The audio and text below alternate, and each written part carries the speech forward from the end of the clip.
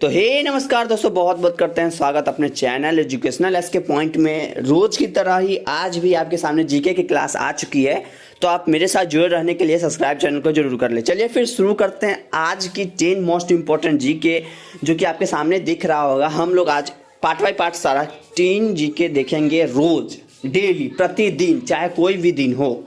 चलिए फिर शुरू करते हैं। पहला क्वेश्चन आपके सामने निकल के आ चुका है। First China war was fought between, जो पहला चाइना का वार हुआ था किसके किसके बीच में लड़ा गया था? चाइना और इजिप्ट के बीच में, चाइना एंड ग्रीक के बीच में, चाइना एंड ब्रिटेन के बीच में, चाइना एंड फ्रांस के बीच में।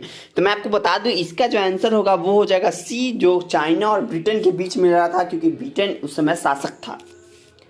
चलिए बात करते हैं 12th क्वेश्चन नंबर की। Exposure to sunlight help a person improve his health because, जो सनलाइट का एक्सपोजर होता है वो पर्सन के हेल्थ को, जो उसका शरीर की जो क्षमता होती है, हेल्थ मतलब आप समझ रहे हैं क्या मैं कहना चाह रहा हूँ, वो स्वास्थ्य को इम्प्रूव करने के लिए किसकी ज़रूरत होती है? Resistance power increase. Second question की बात है, the infrared light kills bacteria in the body. Infrared जो लाइट होता है वो बैक्टीरिया को किल करता है। The ultra violet rays convert skin oil into vitamin D.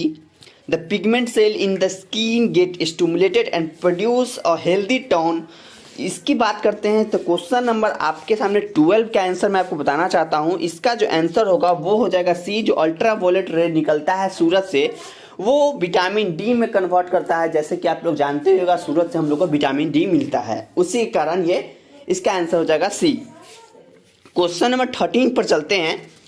Entomology is the science that studies. दो इंटोमोलॉजी होता है, देखिए हमेशा एक बात पूछा गया है कि आपको हर एक बार एक बायोलॉजी से रिलेटेड क्वेश्चन जरूर पूछा जाएगा कि इंटोमोलॉजी की साइंस में किससे रिलेटेड है, फिर मैन के लिए क्या होता है, किसके लिए कौन सा आपको मेजरमेंट के लिए कौन सा इंस्ट्रूमेंट यूज किया जाता है। इससे एक क्वेश्चन हर एक एग्जाम में आपको पूछा जाता है, चाहे वो बीएड हो, चाहे एसएससी हो, चाहे कोई भी गवर्नमेंट एग्जाम हो।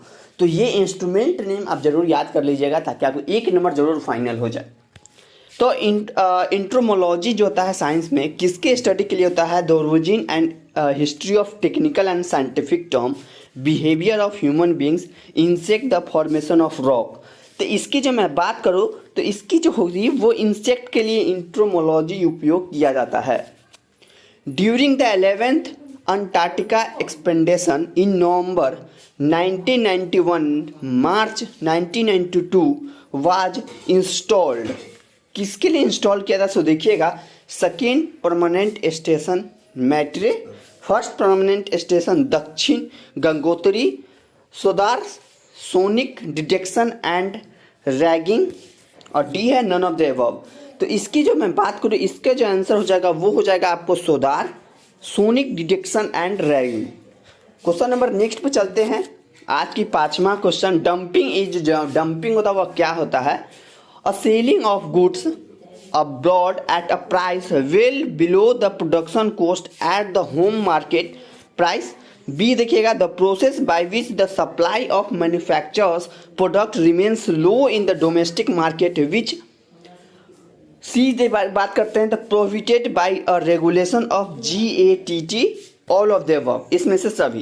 तो इसका जो आंसर हो जाएगा वो आपको हो जाएगा डंपिंग। आपको होता है सेलिंग ऑफ गुड्स अब्रॉड, बाहर में जो अपने हम जो गुड्स सामान होता है वो बेचते हैं कुछ अच्छे दामों पर, उसको बोलते हैं डंपिंग। ठीक है, क्वेश्चन नंबर आगे बढ़ते हैं, 16 पर चलते हैं। तो फास्टेस्ट शॉर्ट हैंड राइटर हुआ, जो फास्टेस्ट शॉर्ट हैंड राइटर, आपको फिर कन्फ्यूजन होगा शॉर्ट हैंड किसे कहते हैं। तो आप एक चीज देखिएगा, एसएससी में निकलता है एस्ट्रोनोग्राफी पोस्ट के लिए, तो वहां पर आप एलिजिबिलिटी क्राइटेरिया में जा सकते हैं। तो वहां पर देखते रहिएगा शॉर्ट हैंड राइटिंग रहता है, that is called short hand. What is short hand? तो मैं आपको सिंपल लैंग्वेज में बताऊं तो एक लैंग्वेज है, इंग्लिश, हिंदी, मैथिली, मराठी, संस्कृत के ही तरह शॉर्ट हैंड भी एक लैंग्वेज है जिसको सीखा जाता है। वो कोड वर्ड टाइप का है, जिसके आप क को कुछ लिख सकते हैं कुछ बिंदु देकर, तो that is called code word. इसको बोल सकते हैं कि short hand is nothing but code word, एक लैंग्वेज है। तो उसके लिए बात करते हैं फास्टेस्ट कौन लिखे गए थे? तो डॉक्टर GG बिस्ट, GM टोगरे, खुदा खान और JRD टाटा। तो इसमें से किसने लिखा था? डॉक्टर GD बिस्ट ने ये शॉर्ट हैंड वाला लिखा था। क्वेश्चन नंबर 17 की बात करते हैं। The fire temple is the place of worship of which of the flowing religion. जो फायर टेम्पल है किसकी वर्शिप, किसकी धर्म का प्लेस है और वो किस रिलीजन का है और कहाँ है, किस चीज का है, सो बताया गया, बताने के लिए बोल रहा है। टोइज्म, सिंटोजिम, जुडिज्म और जोरास्ट्रोरिज्म, पेरिस रिलीजन। इसकी जो मैं बात करती हूँ, इसकी जो आंसर होगा वो पारसी के लिए होता है। सॉरी, पेरिस नहीं है, पारसी है, वहाँ पे पारसी रिलीजन के लिए होता है। ठीक है, क्वेश्चन नंबर 18 की बात करते हैं। The golf player Vijay Singh belong to which country. जो गोल्फ प्लेयर है वो विजय सिंह किस कंट्री से बिलोंग करते हैं? देखिए, बिलोंग तो आपको यहाँ से ही मालूम चल जाएगा विजय सिंह किस देश के नाम हो सकती है। इंडिया, फिजी, यूके और USA। देखिए, इसका जो आंसर हो जाएगा वो हो जाएगा फिजी। भले नेम इनका है विजय सिंह, लेकिन ये है कहाँ के? फिजी के है। ठीक है, क्वेश्चन नंबर 19 की बात करते हैं। For the Olympics and world tournament the dimension of basketball court are. जो ओलंपिक होता है, ओलंपिक वर्ल्ड आप लोग जानते ही होगा, इंडिया ने भी जीता है, नीरज चोपड़ा ने ओलंपिक में गोल्ड मेडल जीता है, वो आप सभी को मालूम होगा। वो डायमेंशन कितना होता है बास्केटबॉल कोर्ट का, उनका डायमेंशन बताना है। 27 मीटर इंटू 16 मीटर, लंबाई गुने चौड़ाई L इंटू B होता है। ये L 27 मीटर हो गया, चौड़ाई हो गया आपको 16 मीटर। ठीक है, 28, 15, 26, 14, 28, 16। तो इसकी जो मैं आपको आंसर बताना चाहूँगा, इसका जो आंसर हो जाएगा 28 और 15 B इसका आंसर हो जाएगा। ठीक है, ये याद कर लीजिएगा आप लोग। आज का लास्ट क्वेश्चन आपके सामने निकल के आ चुका है। Film and TV institute of India is located at. जो फिल्म एंड टीवी इंस्टीट्यूट कहाँ है इंडिया में लोकेटेड? पुणे महाराष्ट्र, पिंपरी महाराष्ट्र, पेरमपुर तमिलनाडु, राजकोट गुजरात। तो इसमें से कहाँ स्थित है मैं आपको बताता हूँ, पुणे में स्थित है। ये आप लोग याद कर लीजिएगा, फिल्म सिटी। तो आज के लिए इतना ही, फिर मिलेंगे नेक्स्ट वीडियो में। तब तक के लिए जय हिंद और जय